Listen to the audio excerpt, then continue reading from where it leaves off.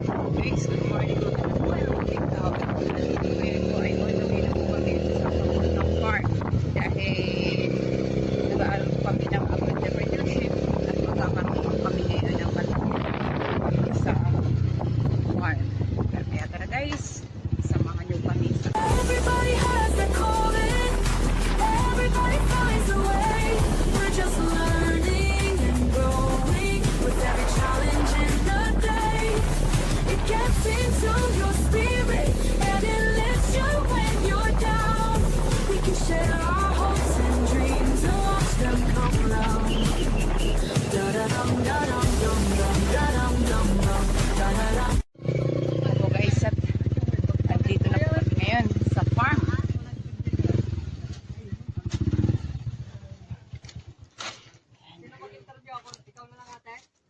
Tingnan natin kayo na. And guys, may magkakanta po kami ng interview ngayon sa grupo namin. At nakita po namin ang farm po ng talungan. Ayan po guys, ayan. At eksakto po ay namimitas po sila ng mga talong. Ayun. Good morning po sa inyong lahat mga uncle. At kami po ay magkakandak po ng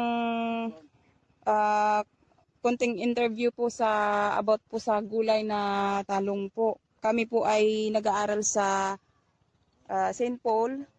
Nag-aaral po kami ng agro-entrepreneurship. Sila po mga classmate ko po. Saka ito po. At okay lang po uncle na mag-interview po kami sa inyo. Magandang umaga po. Ako nga po pala si Evelyn M. Magbuya. Magkakandak lang po kami ng konting interview about agro-entrepreneurship. Ano pong pangalan niyo po? Ilang taon na po kayo? 47. Ano pong address po? Carinyo.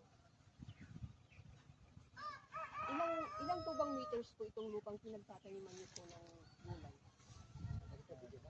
2,000. Magkano, 2,000 square meter.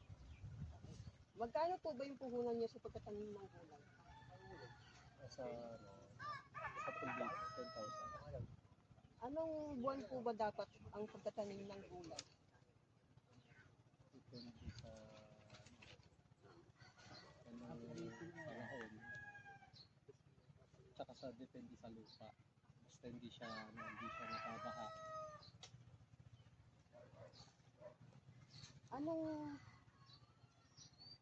Anong variety ng talong po ito? Siya bonita. Magkano po yung puhunan sa pagkatanim ng mga talong? Sa 10,000. Magkano po ba yung kinikita sa pag-harvest ng talong? Depende sa paano karaming bunga.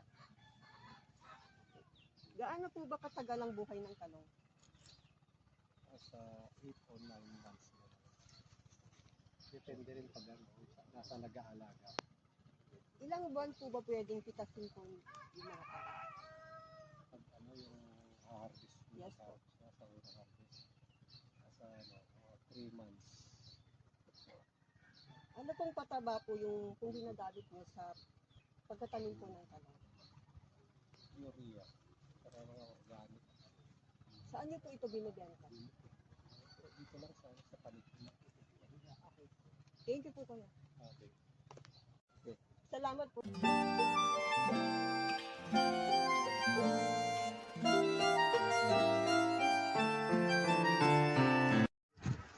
Ayan po at pupuntahan namin yung ano ng talong. Ayan, pinapakita ni ayo. Meron pa yung green, ano? Meron pa pala dito.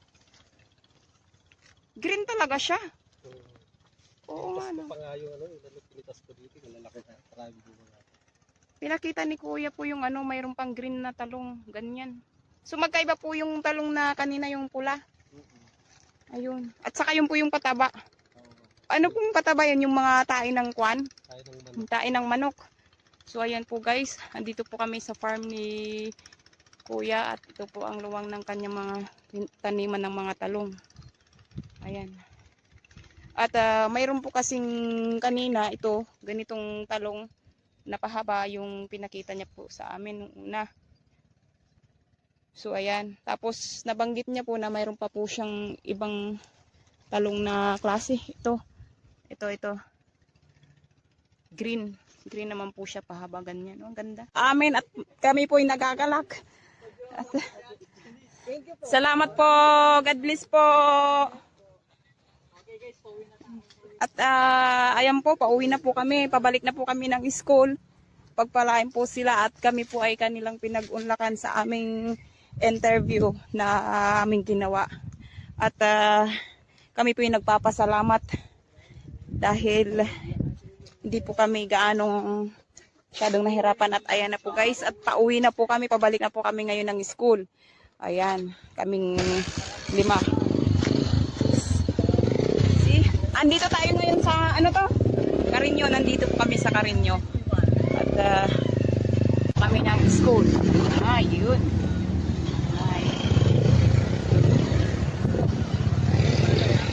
Balik muna tayo dun sa may lamisa saglit, picture tayo dun. Dito muna dito muna ipark ka muna saglit lang tayo, balik muna tayo dun.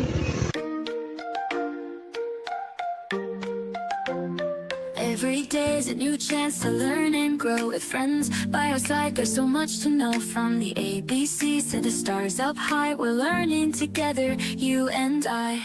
Learning together, step by step, hand in hand, no secret.